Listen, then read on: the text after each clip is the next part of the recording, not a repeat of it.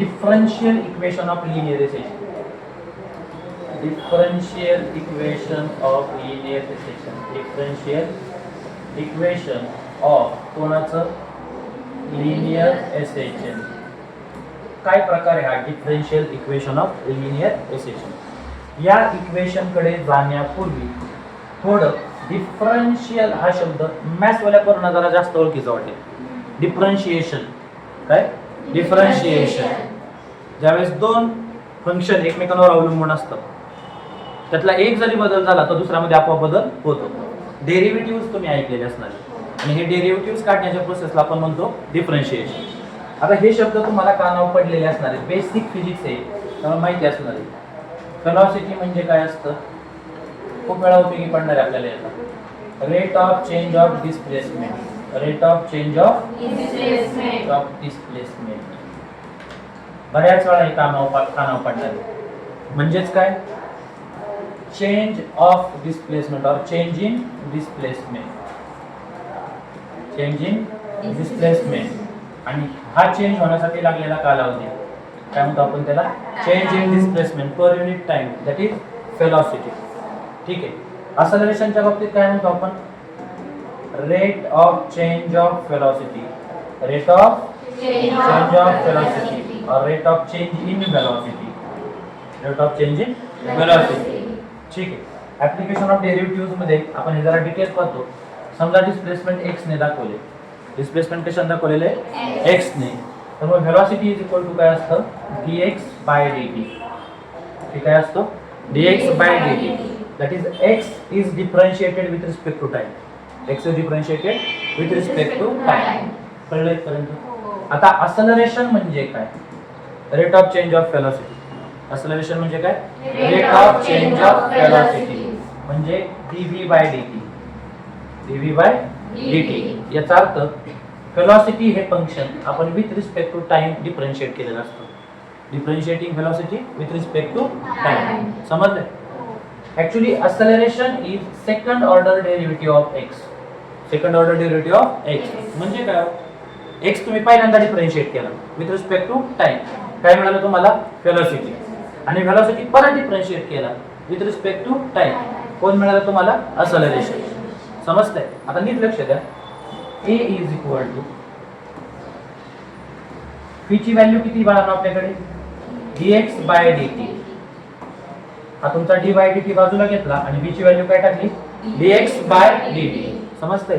जर मी हे सोडवलं तर a is equal to d square x d2x divided by dt square. समजलेलं आहे. काही शंका नाही. हे उपयोगी पडणार आहे आपल्याला. हे थोडंसं बेसिक समजून सांगितलं तुम्हाला. व्हेलॉसिटी म्हणजे काय सांगितलं rate of change of displacement. Velocity is rate of change of displacement. Therefore v is equal to dx by dt. v is equal to dx by dt आणि velocity is dv by dt differentiating v with respect to t. मग काय मिळतंय आपल्याला हे सोडवत गेलं तर a is equal to d2x by dt square. समजलेलं आहे. चला माघारी या. आपल्याला डिफरन्शियल इक्वेशन मिळवायचं. मग by the definition of linear section काय करूया by the definition of linear section. By definition of linear section काय सांगते लिनियर सेक्शनची definition. Restoring force is directly proportional to displacement from mean position. Restoring force directly proportional to displacement from the mean position. आणि दुसरं वाक्य काय महत्त्वाचं आहे याच्यातलं force and this displacement from the mean position are opposite in direction. are opposite direction. कशाने दाखवलेलं असतंय negative sign. बरोबर. so negative sign indicates that काय दाखवतं ते f and x are in opposite direction. समजण्यासाठी लिहिलंय मी. तुम्ही अख्खा वाक्य लिहायचं negative sign indicates that direction of force that is restoring force and displacement is opposite to each other. समजलेलं आहे. So by the definition of linear section f is equal to minus x.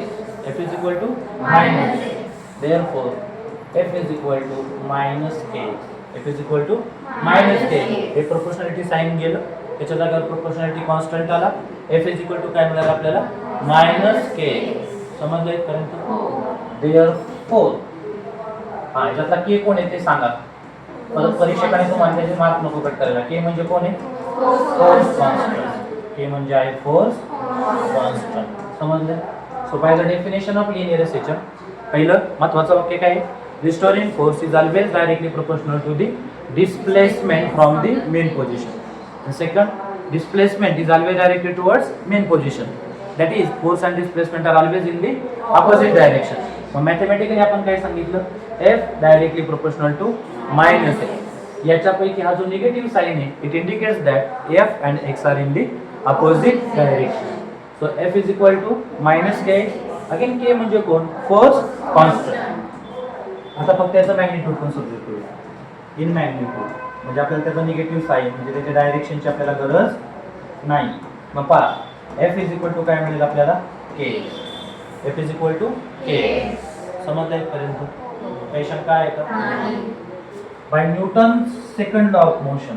आता पुढे by Newton कोणता law? Second law of motion. काय सांगतो second law of motion? सांगितलं statement मगाशी. Mathematically, F is equal to ma, mass into acceleration. F is equal to ma. Small m acceleration साठी वापरणार आहे, कॅपिटल m amplitude साठी वापरणार आहे. लक्षात राहू द्या. स्मॉल m कशासाठी वापरणार आहे? acceleration आणि कॅपिटल a amplitude. ठीक आहे. So F is equal to काय मिळालं मला? ma. F is equal to ma. Let us say this is equation number 1. Put in equation 1. Put in equation 1. समजलं? सो f ची व्हॅल्यू काय आहे माझ्याकडे? ma. कुठे ठेवली मी? In equation 1. काय मिळेल मग मला? ma is equal to kx. ma is equal to kx. समजलं इथपर्यंत? देअरफॉर m a म्हणजे कोण? Rate of change of velocity dv by dt. Rate of change of velocity dv by dt is equal to कोण? k. समजलं इथपर्यंत? Therefore m हा तुमचा d bye dt तसाच ठेवला मी. p ची व्हॅल्यू काय? Rate of change of displacement. p म्हणजे कोण? Rate of change of displacement. p च्या जागेवर काय टाकलं? dx by dt is equal to k. Therefore m d dx d2x by dt square is equal to k. is equal to k. समजलं इथपर्यंत? Dividing both sides by m. Dividing both sides by m. पुढची step. Dividing both sides कशाने बघतोय आपण? m. Both sides by m. चला पुढची step काय होईल मग आता? काय मिळालं होतं आपल्याला इकडे?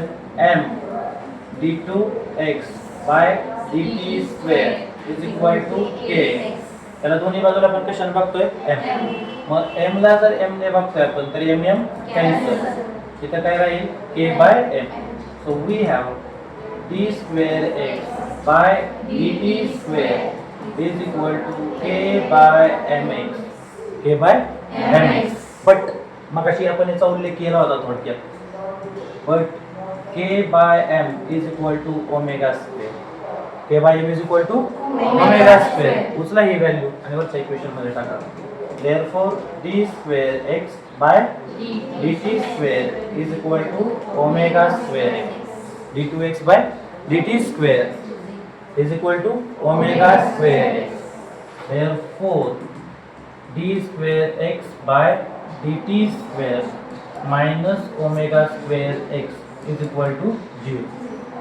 आता तुमच्यापैकी एखादा असं म्हणू शकतो, सर तुमचं चुकलंय, मध्ये मायनस चिन्ह आले वगैरे वगैरे वगैरे.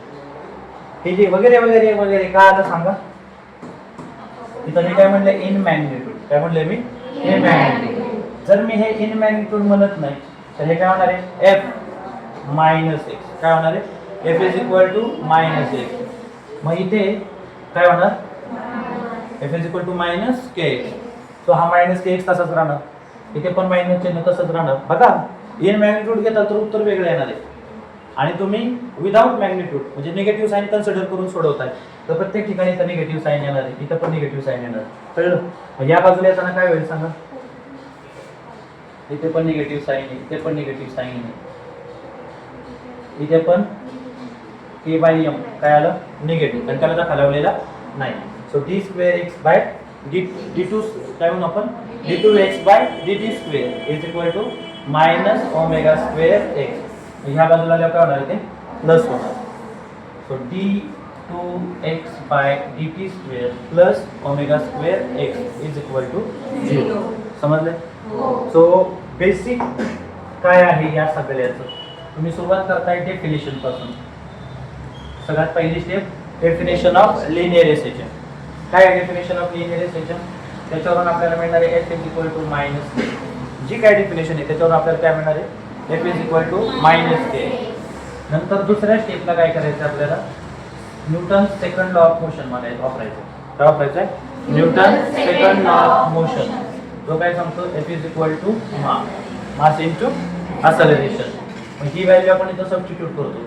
त्यामुळे आपल्याकडे काय आहे? ma is equal to minus k.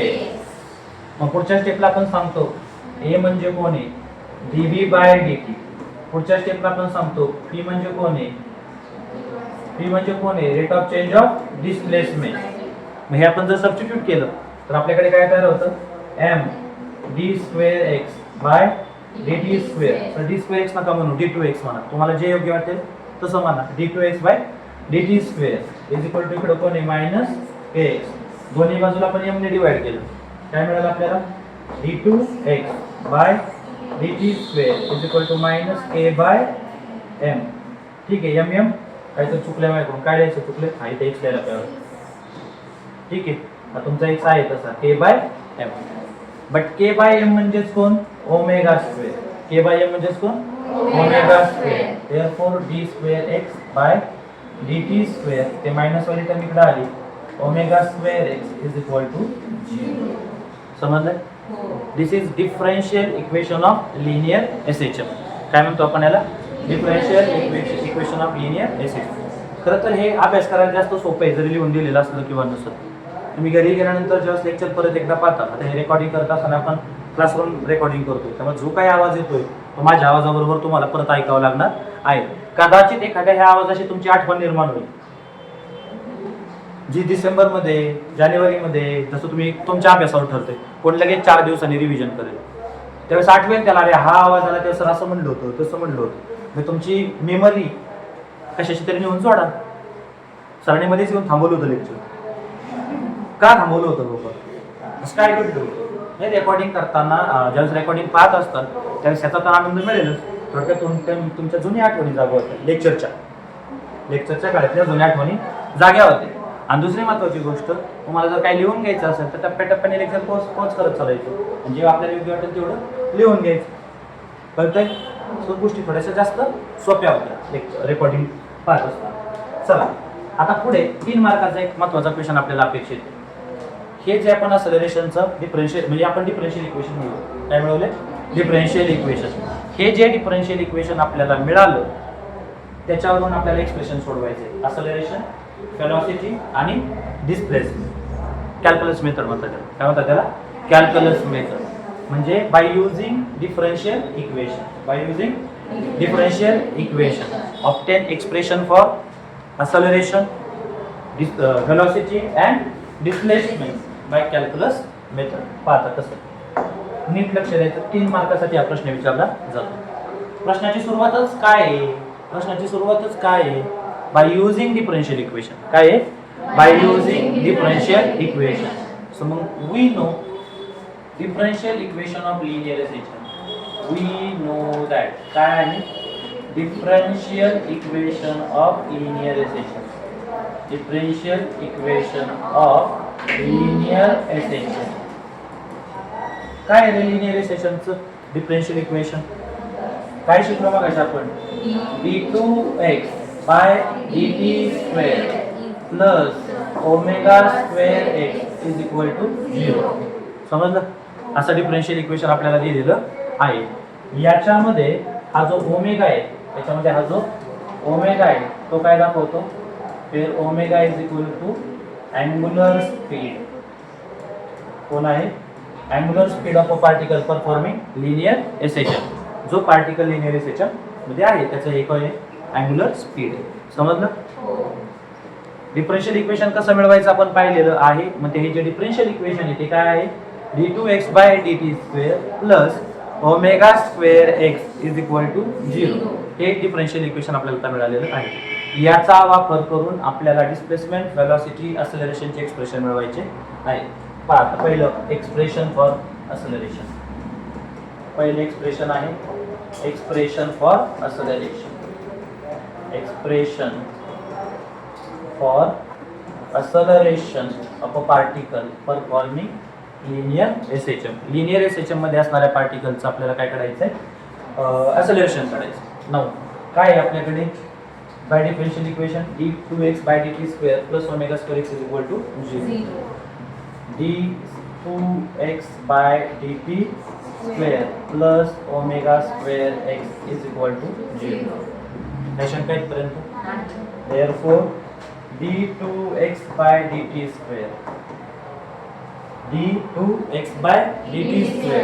Is equal to, हा पोर्शन पलीकडे जाऊ द्या, कोणता? Omega square X. इकडे कसं आहे, कसा आहे पॉझिटिव्ह, पलीकडे गेल्यावर काय होईल निगेटिव्ह, मायनस और निगेटिव्ह ओमेगा स्क्वेअर एक्स. समजलं इथपर्यंत? This is equation number 1. Equation number 1 नीट लक्ष द्या. we know that आपल्याला माहिती आहे वेलोसिटी म्हणजे काय. Velocity is nothing but rate of change in displacement. Rate of change of displacement.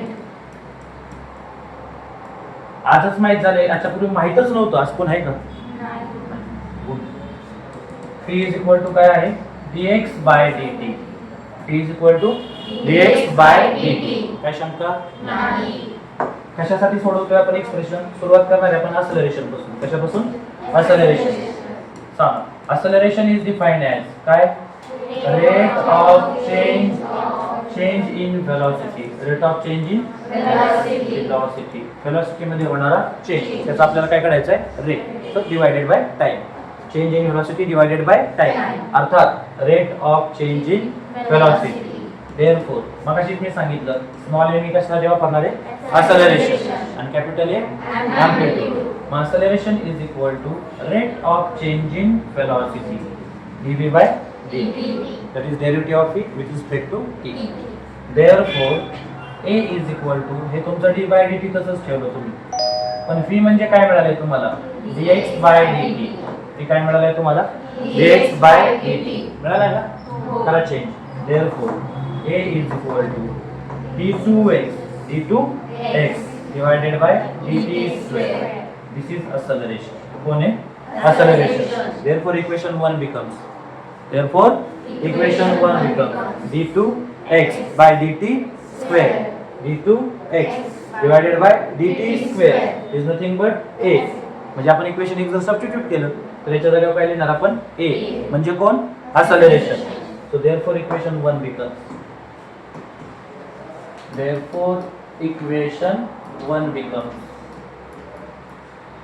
so equation 1 मध्ये या ठिकाणी कोण आहे, d2x by dt square.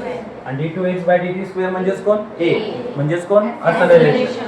so काय होणार पहा, a is equal to minus omega square x by dt square. that is acceleration. a म्हणजे कोण, acceleration is equal to minus omega square x by dt square.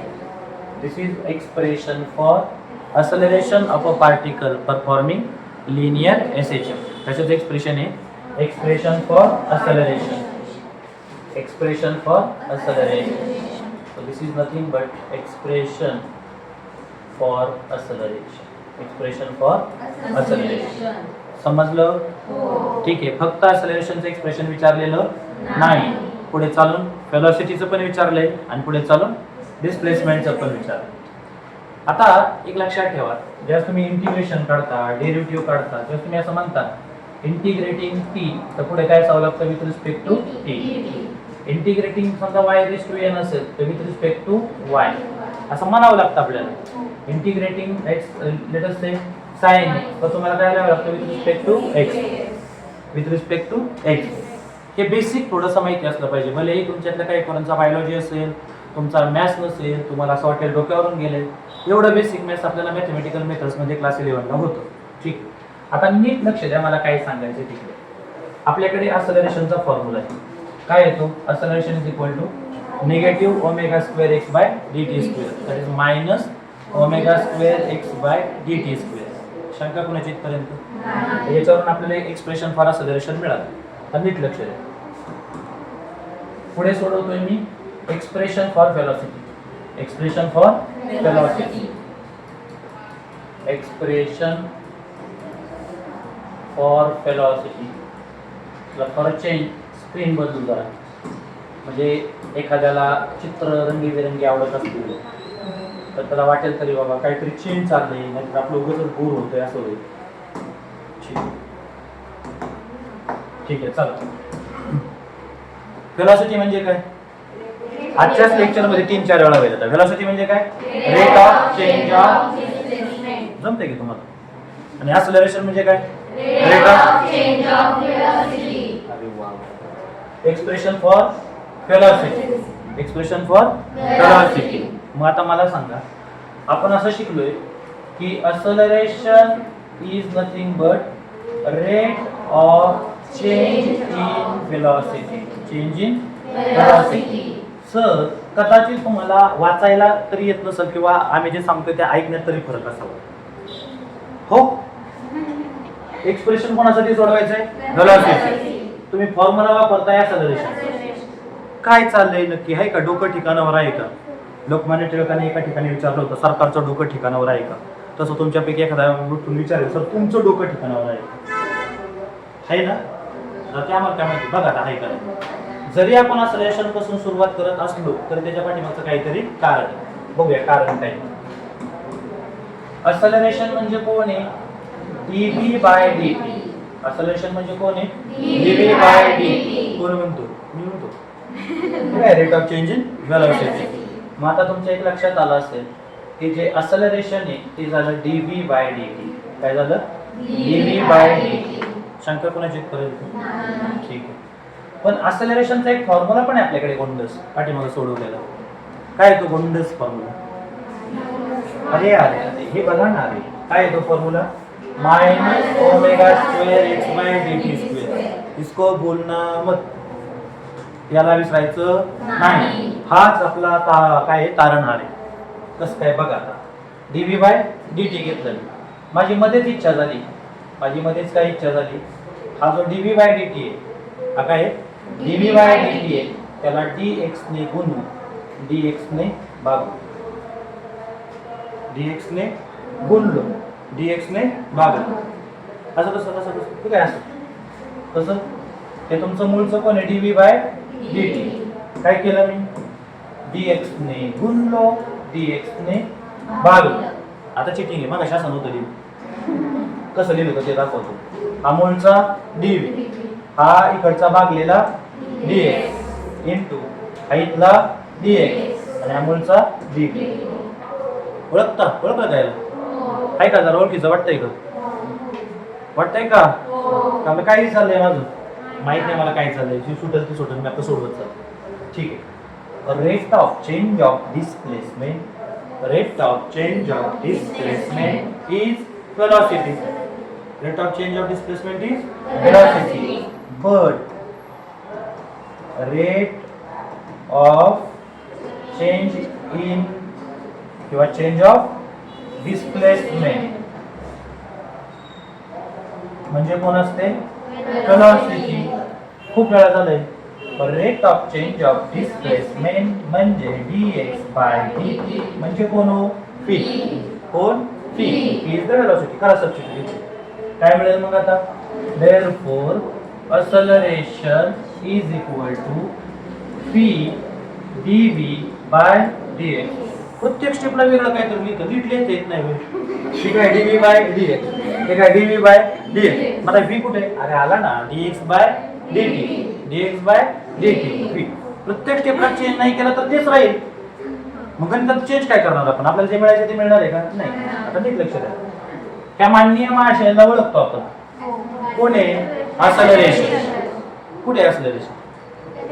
हा तिथं आहे की, तिथं पण आहे की, हे काय इथं आहे. ती किती मिळाली होती आपल्याला? इसको बोलना मत, हा चेहरा नीट लक्षात ठेव. काय आहे ना डायलॉग, ते लय भारी. एंट्रीच नाही का दुसऱ्या रितेश देशमुखची, ह्या वाक्यानेच होती, हा चेहरा नीट लक्षात ठेव. ठीक आहे, ते नीट लक्षात ठेवा, कारण ह्याच्याशिवाय पुढचं एक्सप्रेशन पुढे जाणार नाही. कोण या? Minus omega square x by dt square. चलो बदलूया.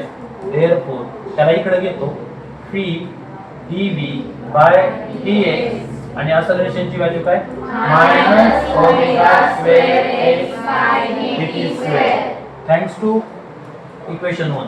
आमच्या इथे श्री कृपेवरून, आमच्या इथे इक्वेशन 1 वरून, आमच्या इथे इक्वेशन 1 वरून असलरेशनची व्हॅल्यू काय आहे? Minus omega square x by dt square. उचला इथे टाक. कळलं इथपर्यंत? सोपं सोपं चाललं आहे का नाही सगळं? मलाही माहित नाही मी बरोबर सोडवतोय का चुकीचं सोडवतोय. मी आपलं चालू सोडतो. Omega square x by dt square आहे का नक्की? असं काय नाही, जे होईल ते होईल. डाव आपण मांडलाय, आपणच निस्तारायचा. V by v into d v, dx ला पलीकडे आपण काहीतरी चुकीचं लिहिलंय रे, चुकीचं लिहिलंय रे, चुकीचं लिहिलंय रे, काहीतरी चुकीचं लिहिलंय रे,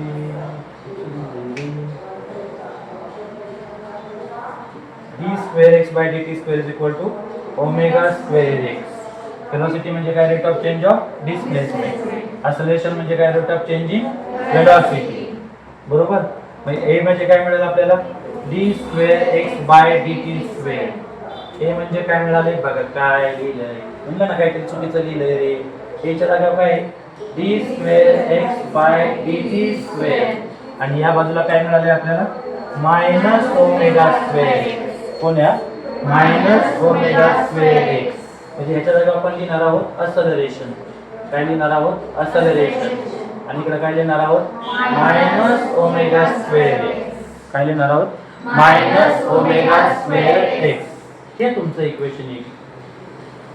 आमच्या इथे श्री कृपेवरून मग अशी जे आपण ए बोलना मत ए बोलना मत वो गलत पढ़ा था हमने. ते खाली भाग dt स्क्वेअर नाही, काय इथं? Minus omega square x. ठीक आहे. तो इथे पाहिजे मायनस ओमेगा स्क्वेअर एक्स. यांचं गठोडं नाही, चुकीचं आहे. ठीक आहे. सो काय होणार सांगा?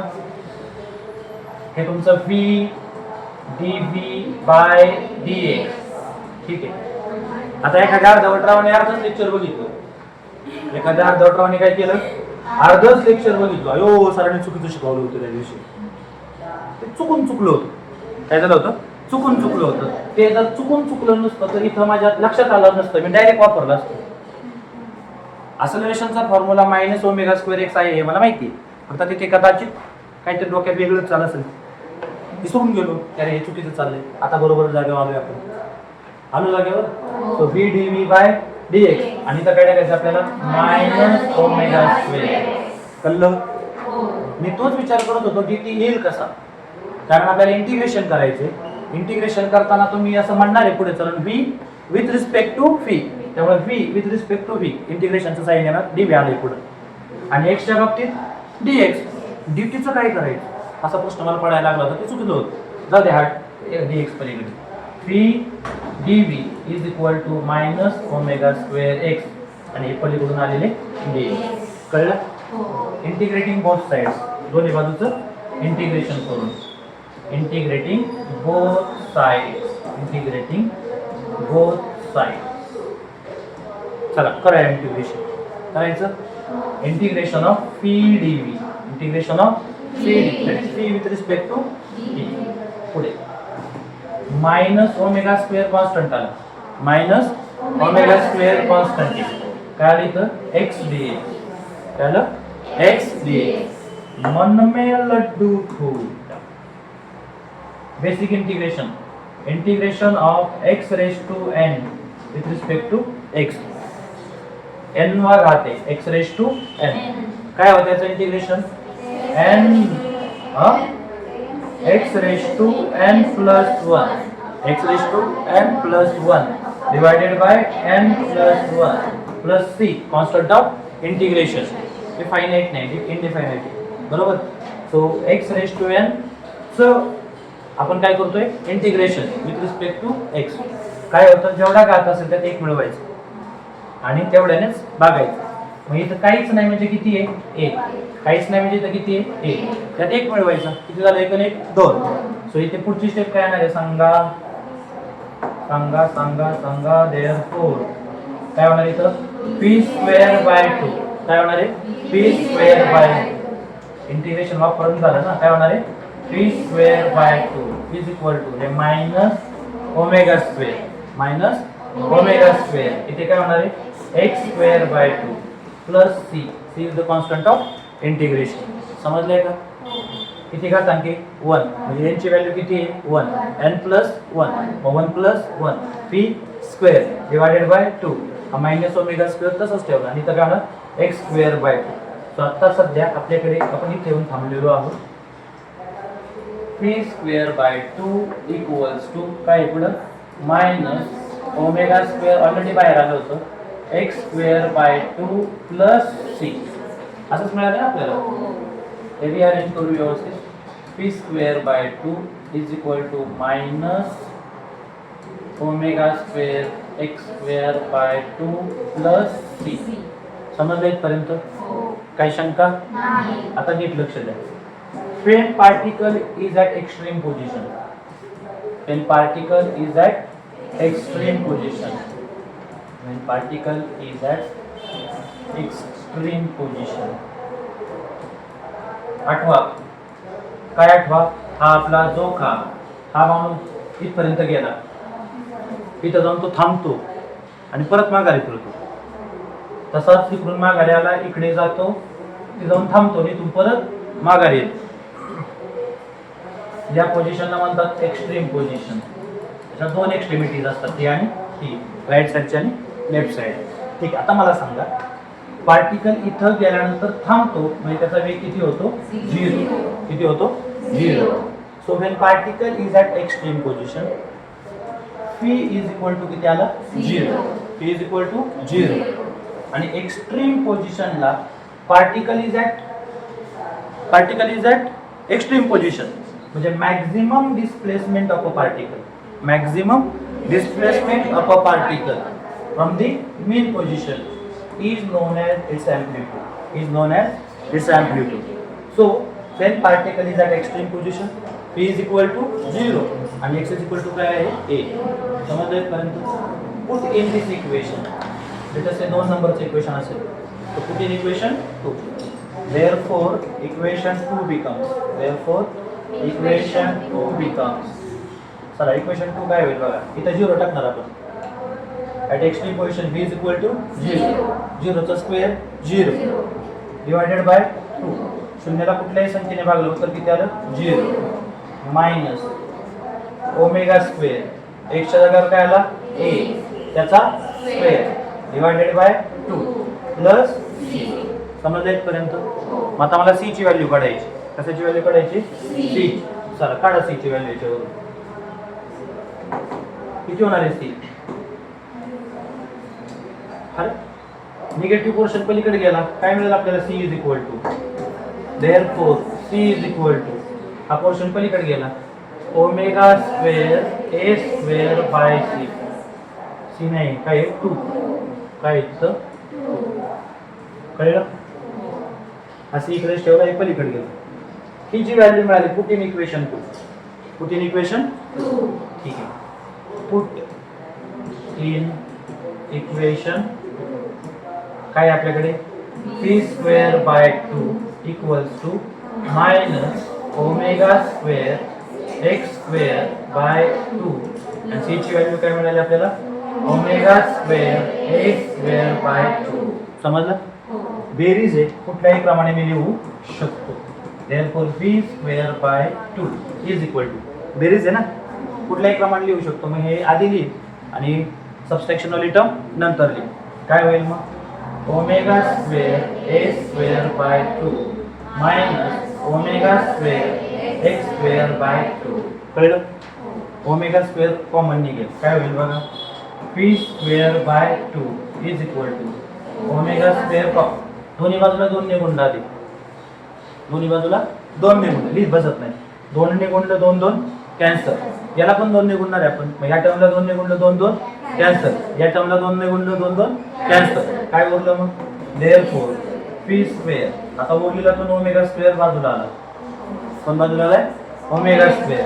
काय शिल्लक राहिलं? A square minus x square. A square minus x square.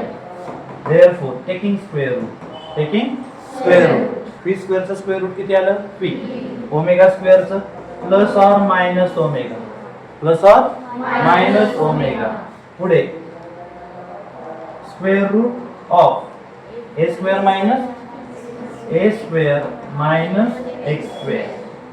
समजलं? काही शंका? ठीक आहे. पहा आता थोडक्यात पटपट रिवाइज करतो. खरं तर गरज नाही येते. इथे एका स्टेपला झालेली चूक फक्त लक्षात ठेवायची आहे. इथे आपल्याकडून काय झालं? हे सगळं बरोबर सोडवलं होतं आपण. असलेशन म्हणजे काय मिळाले आपल्याला? D square d2x by dt square. d2x by dt square. आणि हे म्हणजेच कोण आहे? असलेशन. मग असलेशन हे पण असलेशन आणि हे पण असलेशन. त्यामुळे असलेशनचा फॉर्म्युला आपण काय लिहिणं अपेक्षित आहे? Minus omega square x. आणि याचा वापर करून आपल्याला पुढचं एक्सप्रेशन सोडवायचं. मग आपण काय करायचं? एक्सेलरेशन जो आहे तो फोडायचा. कशाच्या स्वरूपात लिहायचा? dv by dt derivative of velocity with respect to time because acceleration is rate of change of velocity. ही एक स्टेप खूप महत्वाची आहे. ही स्टेप खूप महत्वाची आहे. dx ने गुणलं dx ने भागलं. dx ने गुणलं आणि dx ने भागलं. so a is equal to dv by dt. dx ने गुणलं आणि dx ने भागलं. तर हे मी तुम्हाला कळवण्यासाठी असं लिहिलं. ही स्टेप तुम्ही डायरेक्ट अशी लिहू शकता. a is equal to dv by dx. dv by dx. हा dx इथं लिहिला आणि इकडे dx by dt. मग पुढची स्टेप विसरायची नाही. dx by dt rate of change of displacement is nothing but velocity. therefore a is equal to dv dx आणि इकडे कोण मिळालं? p. त्या इक्वेशन वरून a ची व्हॅल्यू इकडे आणायची. किती व्हॅल्यू आहे a ची? Minus omega square x. Negative omega square x. therefore minus omega square x phi dv by dx. आणि आपल्याला इंटिग्रेशन करायचं. काय करायचं? इंटिग्रेशन. मग इंटिग्रेशन विथ रिस्पेक्ट टू असलं पाहिजे. x with respect to x. म्हणजे x पुढे कोण आलं पाहिजे? dx. phi असेल तर dv. t असेल तर dt. मग v ला जोडदार आला dv. dx इकडे घ्या. काय होईल मग? phi dv is equal to minus omega square x. आणि ह्या बाजूचे हे dx. कळलं? दोन्ही बाजूचं इंटिग्रेशन केलं. दोन्ही बाजूचं इंटिग्रेशन केलं. इंटिग्रेशन मध्ये हा फॉर्म्युला वापरायचा. x raise to n dx काय होतो? x raise to n plus 1 आणि खाली n प्लस 1. समजलं? हा फॉर्म्युला वापरून झाला. मग आपल्याला कॉन्स्टंटची व्हॅल्यू काढायची. कॉन्स्टंटची व्हॅल्यू कुठे काढायची? At extreme position. कुठे काढायची? At extreme position. So remember this. At extreme position p is equal to किती असतो? 0. एक्स्ट्रीम पोझिशनला b इज इक्वल टू 0 आणि x इज इक्वल टू किती असतो? a. ही व्हॅल्यू टाकायची. त्याच्यावरून c ची व्हॅल्यू मिळते. ही c ची मिळालेली व्हॅल्यू c जो कॉन्स्टंट मिळाला इक्वेशन मध्ये तिथं नेऊन टाकायची. ठीक आहे? जसं की इथं केलं आपण दाखवूया डायरेक्ट. हे बघा इथं c मिळालं आपल्याला.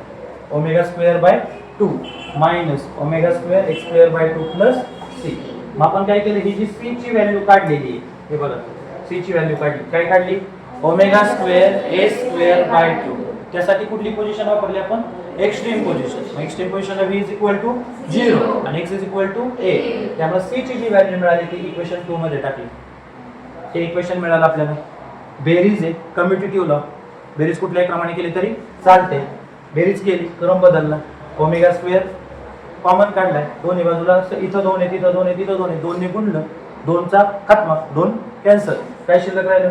p square is equal to omega square into square root a square minus x square. आपल्याला व्हॅल्यू व्ही स्क्वेअरची नाही काढायची, व्हॅल्यू कशाची काढायची? व्हीची. Taking square. कसं? Taking square. V is equal to plus minus omega, positive negative omega into square root a square minus x square. समजलेलं आहे का? आपण एक्सप्रेशन कशासाठी सोडवलं लागतं? असलेरेशन. आता काय झालं? वेलोसिटी. आता राहिलं डिस्प्लेसमेंट. काय राहिलं? Displacement. Expression for displacement. Expression for displacement. आता लक्ष द्या. आता आपल्याकडे व्हेलॉसिटीचं एक्सप्रेशन आहे. काय मिळाली व्हेलॉसिटी? काय फॉर्म्युला आहे व्हेलॉसिटीचा? v is equal to plus minus omega into square root a square minus x square. Sir तुम्ही आम्हाला सांगितलेलं विसरला.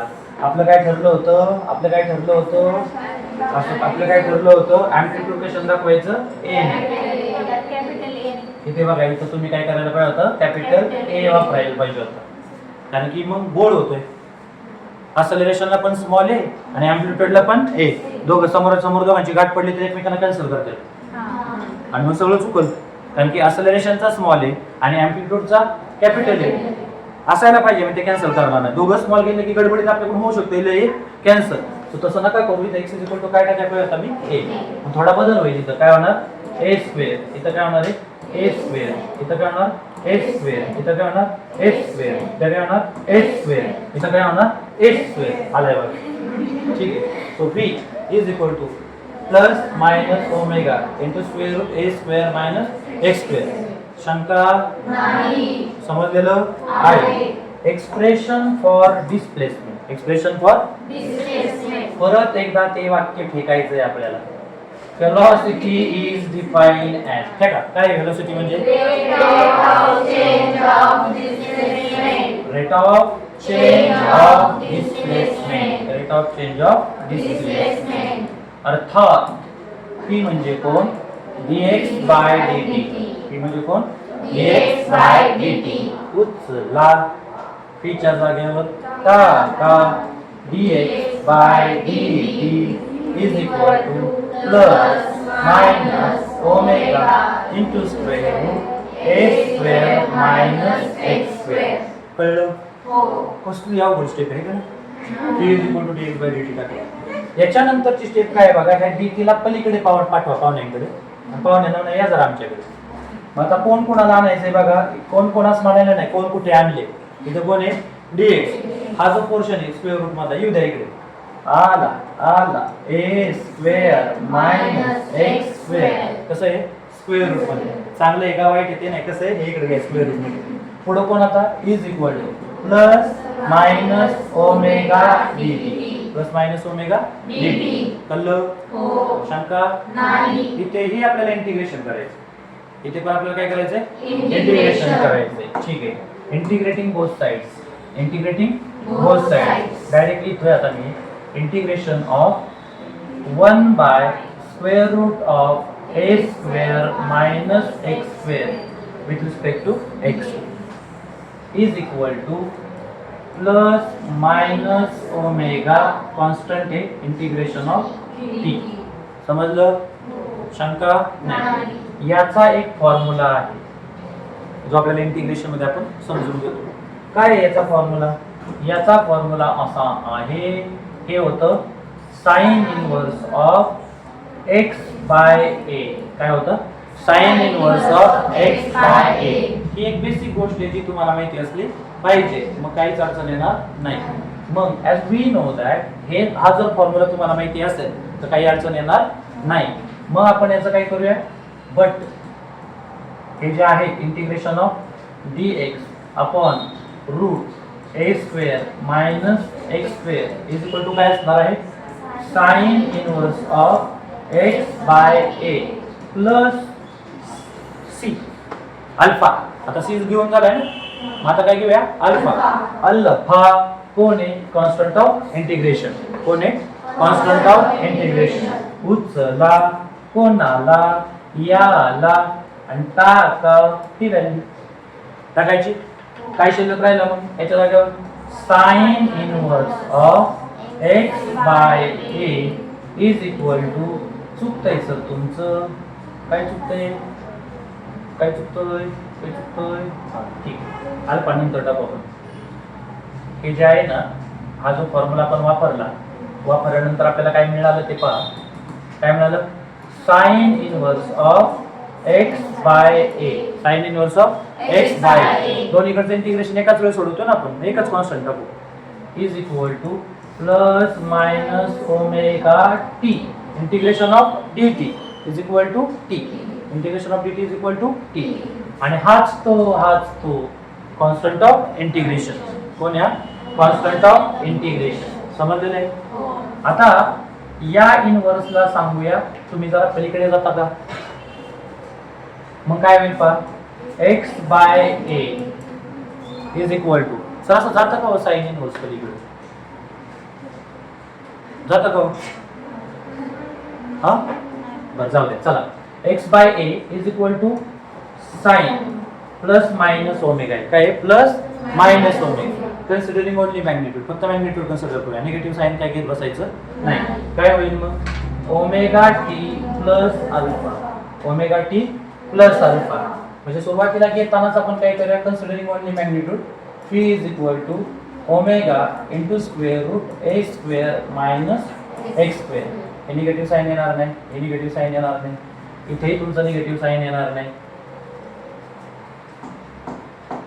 थोड्या वेळाला वापरतो, इथेही तुमचा निगेटिव्ह साइन येणार नाही. सो शिल्लक राहिलं x by a is equal to sine of omega t plus alpha. विसरू नका, हे कशासाठी सोडवतोय आपण? Expression for displacement of a particle performing linear SHM. So therefore x is equal to, a पलीकडच्या बाजूला गेला, a sine omega t plus alpha, x is equal to a sine omega t plus alpha. समजले? शंका? 4 मार्काला जे question येतात, शेवटचा question जो आहे तुमचा, ते 4 मार्काला क्वेश्चन येतात, त्यात लक्षात ठेवा, इथे आपल्याला जर तिघं सोडवायला लागले, तिघाचे पण एक्सप्रेशन, डिस्प्लेसमेंट, पहिल्यांदा पण असलेरेशन सोडवतो, असलेरेशन पासून कोण सोडवतो? वेलोसिटी, आणि नंतर कोण सोडवतोय? डिस्प्लेसमेंट. तिघं आपल्याला महत्वाचे आहे. समजलेलं आहे? शंका नाही. हे जे एक्सप्रेशन आहे त्यात काय केलंय बघा, आपण वेलोसिटी पासून सुरुवात करायची, एक्सप्रेशन ऑफ वेलोसिटी पासून आपण सुरुवात करणार आहोत. नंतर काय करायचं? फ्री म्हणजे कोण ते टाकायचं, dx बाय dt. काय करायचं? dx by dt. इकडे जे कोण आहे ते इथं आणायचं आणि ओमेगा टी इकडे न्यायचं. कळलं? पुढे काय करायचं? दोन्ही बाजूला इंटिग्रेशन करायचं, आणि इंटिग्रेशन केल्यानंतर हा फॉर्म्युला लक्षात ठेवा, इकडे जे आहे त्याचं इंटिग्रेशन काय होतंय? Sine inverse of x by a. संपलं. Simple mathematics. सिंपल. पुढे काय बेसिक क्रिया त्या करायच्या, इकडे एक्स राहणार आहे, हा साइन इकडे आलेला असणार आहे, आणि हा ए इकडं साइन ऑफ इथली जी काय असेल त्याच्या पुढे आपल्याला हे टाकायचं. हे सोडून आपण दाखवलं. ठीक आहे? नसेल कळलं तर चालू लेक्चरपेक्षा घरी रेकॉर्डिंग बघताना सोपं आहे. नाही कळलं की परत मागायला जायचं, काय सोडवलं ते बघायचं, परत कशात चालू सांगण्याचं, सांग शिकवा परत. जिथपर्यंत कळलंय ना तिथपर्यंत बघायचं, नाही कळलं मागायला जायचं, परत कॅसेट टाकायला लावायची सरांना, पिसून घ्या सरांना. रेकॉर्डिंग बघत असताना जेवढ्या वेळा सरांना परत शिकवायला होता येईल तेवढ्या वेळा शिकवा. इथं नका लावू. इथं फक्त कळलं नसतं तर विचारा की सर हे कळलेलं नाही. समजले? तो 4 मार्कासाठी हा प्रश्न महत्वाचा आहे. पुढे जाऊया. आता तुमच्याकडे असलेरेशन नाही. आता बघा शेवटचा फॉर्म्युला काय मिळाला? x is equal to a sine omega t plus alpha. जरा याच्यातली टर्मिनॉलॉजी समजून घ्यायचा प्रयत्न करू. याच्यात कोण, कुठे कुठे काय काय आहे. तर x म्हणजे कोण आहे? Displacement from the mean position. x म्हणजे कोण आहे? Displacement from mean position. x हे कोण आहे? Displacement from mean position. बर, ए कोण आहे? एम्प्लिट्यूड. ए कोण आहे? एम्प्लिट्यूड म्हणजे maximum displacement from the mean position. Maximum displacement from the mean position. Omega म्हणजे कोण? Angular speed. ओमेगा म्हणजे कोण आहे? Angular speed. समजलं इथपर्यंत? ठीक आहे. अल्फा कोण आहे? कॉन्स्टंट. ठीक आहे. याला अर्थ आहे, याला इनिशियल फेज असं म्हटलं जातं. काय म्हटलं जातं? इनिशियल फेज म्हणजे काय हो सर? ज्या वेळेस आपण हे शिकणार आहे SHM आणि projection of UCM. Projection of UCM is considered as SHM.